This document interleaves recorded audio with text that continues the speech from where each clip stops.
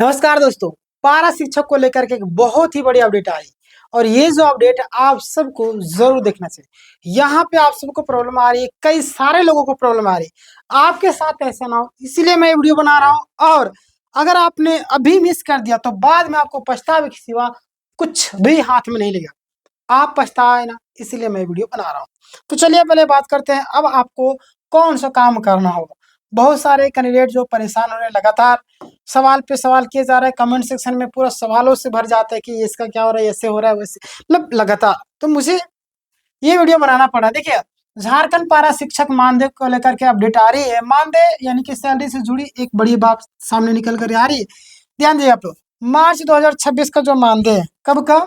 मार्च 2026 का जो मानदेय अप्रैल में मिलेगा, ऐसी बातें निकल करके सामने आ रही है। ध्यान दीजिएगा आप लोग, भुगतान लगभग 15 से 20 अप्रैल के बीच में बताई जा रही है, लेकिन ये जो 15 से 20 अप्रैल नहीं, आपका अप्रैल के अंतिम तक भी जा सकती है, समझ रहे? अब 31 मार्च तक बजट सरेंडर कर दिया जाएगा, समझ रहे? अब समझिए, चीजों को समझिए क्या क्या हो रहा है। चलिए आगे हम आपको बताएंगे। यहाँ पे ध्यान दीजिएगा, अब्सेंटी यानी कि नियम में बदलाव है ना। इस बार जो आपका अब्सेंटी के नियम में बदलाव कर दिया गया है। अगर नए नियम के अनुसार काम नहीं किया तो मानदेय रुक सकता है। आखिर नया नियम ये कौन सा नियम है, आखिर क्या है नए नियम में? अगर ऐसा नहीं करेंगे तो मानदेय आपका रुक जाएगा, समझ रहे ना। समझिए चीजों को, मैं क्या बताना चाह रहा आपको। देखिएगा, आप यहाँ पे देखिएगा तो आपको समझ में आएगा कि अब्सेंटी अवधि यानी कि डेट जो आपका सामान्यतः जो आपका 21 फरवरी से 22 मार्च तक है ना। ध्यान दीजिए आप लोग, सामान्यतः जो आपका है 21 फरवरी से कब तक? 21 से आपका 22 मार्च तक यानी। लेकिन कुछ जगह जो है आपका 25 फरवरी 24 मार्च तक भी हो सकता है, समझ रहे ना। अब देखिए, फाइनल डेट आपके आरबीसी में बोल रहा हूँ, बीआरसी नोटिस पर ही निर्भर करेगा। क्लियर? तो आपको घबराने की भी ज्यादा जरूरी नहीं है। जैसे कुछ इन्फॉर्मेशन आएगी मैं आपको अपडेट करूंगा, लेकिन ये वीडियो को लास्ट तक देखिएगा, आपके लिए काम देगी। और यहाँ पे देखिए आप सबसे पहले कि अटेंडेंस है ना, जो आपका अटेंडेंस आपका ब्लैंक यानी कि खाली दिखने का भी जो कारण है, आखिर वो क्या है? आखिर आपका जो अटेंडेंस है वो आखिर खाली क्यों दिख रहा है, क्या रीजन है, इसके पीछे क्या प्रॉब्लम हो रही है, मतलब क्या क्या दिक्कतों का सामना करना पड़ रहा है। तो आप यहाँ पे ध्यान दीजिए, अगर है ना बी एफ में अटेंडेंस ब्लैंक दिख रहा है यानी खाली दिख रहा है, तो उसका कारण हो सकता है पहला, एग्जाम ड्यूटी यानी कि मैट्रिक इंटर ड्यूटी आपका जो 27 से 28 तक था, समझ रहे ना। उसके बाद पॉइंट नंबर 2 में सर्वर डाउन। बहुत बार क्या होता है सर्वर डाउन। सर्वर डाउन का एग्जांपल अगर मैंने आपको बताऊं, पिछला वीडियो में आपको बताया था, जैसे क्या होता है ना कि सर्वर डाउन हो जाता है। जैसे कि आप कोई फॉर्म फिलअप कर रहे हैं तो लास्ट डेट था, बहुत सारे लोग जो है फॉर्म फिलअप करने आते थे, वहाँ सर्वर जाम हो जाता है, सर्वर पूरी तरीके से डाउन हो जाता है। तो उसी तरीके से इसका जो सर्वर है वो डाउन हो जाता है। क्लियर? आगे हम बात करते हैं, अटेंडेंस बढ़ाने के बावजूद भी आपका शो नहीं कर रहा है, समझ रहे हैं। अगला अगला क्या कारण है ना, ध्यान दीजिएगा। तो सबसे पहले अपना अब आपको करना क्या होगा, समझ रहे हैं, मतलब क्या करना है। अब जो हुआ सो हुआ, पछताने से फायदा नहीं। अब आगे क्या करना होगा, सॉल्यूशन बताइए। तो सबसे पहले आपका अटेंडेंस रिपोर्ट डाउनलोड करना है, समझ रहे हैं। अटेंडेंस रिपोर्ट आप डाउनलोड कीजिए, फिर आपका बीआरसी जिला के अनुसार है ना समेकन मतलब आपका बनाना है, समझ रहे हैं। आगे बात करते हैं, तो समेकन यानी कि समरी में क्या क्या होगा, है ना।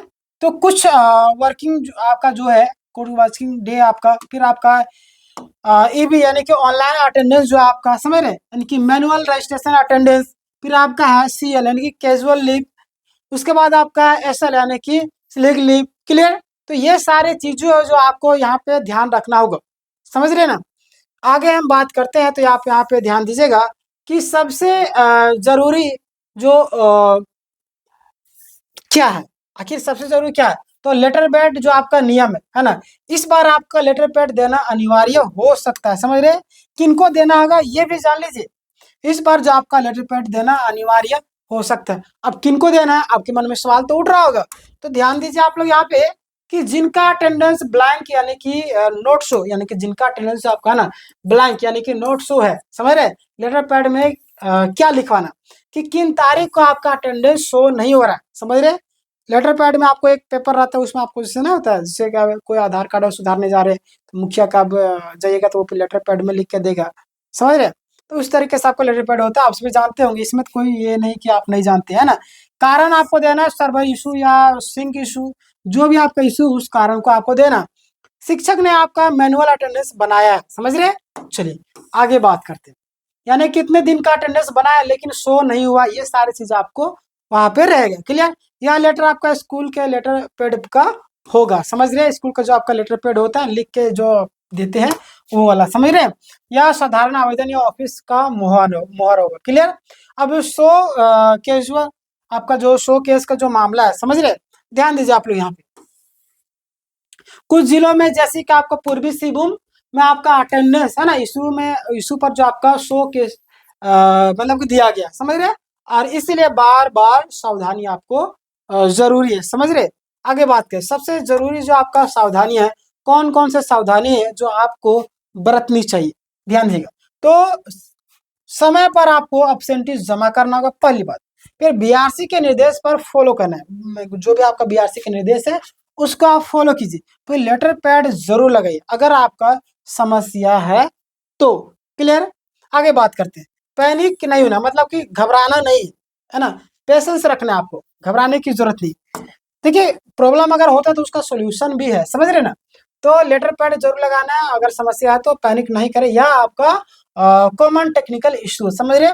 अब फाइनल एडवाइस आप सभी के लिए क्या है, ध्यान दीजिए आप लोग, कि हर जिलों में नियम अलग अलग हो सकता है, इसीलिए अपने बीआरसी व्हाट्सएप ग्रुप वगैरह अपडेट आपको देखना हो।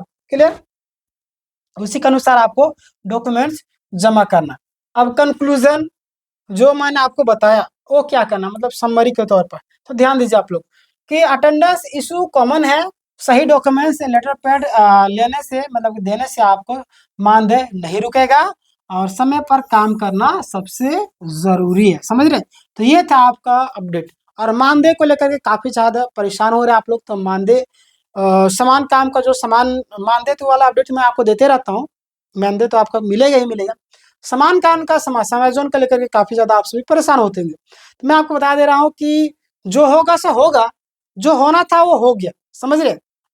तो जो सुनवाया होना था, ये होना था, वो सारी चीज हो चुका। मैंने पिछला वीडियो में आपको बताया था कि 15 दिन का, समझ रहे, 15 दिन के आसपास में आपको फैसला जो रिजर्व रखा था उसका फैसला दे दिया था। हालांकि 15 दिन तो लगभग हो ही चला है ना, हो ही गया है। अब आपका इधर ईद था, शरूल था, समझ रहे, तब ज्यादा दिन बचा नहीं, फिर आपका रामनवमी आ गया है। तो हमें लगता है रामनवमी के बाद आपको दिया जाएगा। क्लियर। तो आपको घबराने की जरूरत नहीं, कुछ इन्फॉर्मेशन आएगा मैं आपको अपडेट कर दूंगा। बाकी बात, आप तैयारी करते हैं सरकारी एग्जाम की तो हमारे चैनल से आप तैयारी कर सकते हैं, फ्री ऑफ कॉस्ट सारा लाइव होता है 6:30 बजे सुबह से आपका रात्रि के 11 बजे तक। आपके मन में कुछ सवाल हो कमेंट करके जरूर बताइएगा। मिलेंगे नेक्स्ट अपडेट में, तब तक इस वीडियो को हर ग्रुप में शेयर कर दिए, ताकि जो लोग कंफ्यूज होते हैं, जो लोग परेशान होते हैं, कम से कम सही जानकारी उन तक पहुंचेगी और वो लोग परेशान नहीं होंगे, है ना। चलिए, धन्यवाद।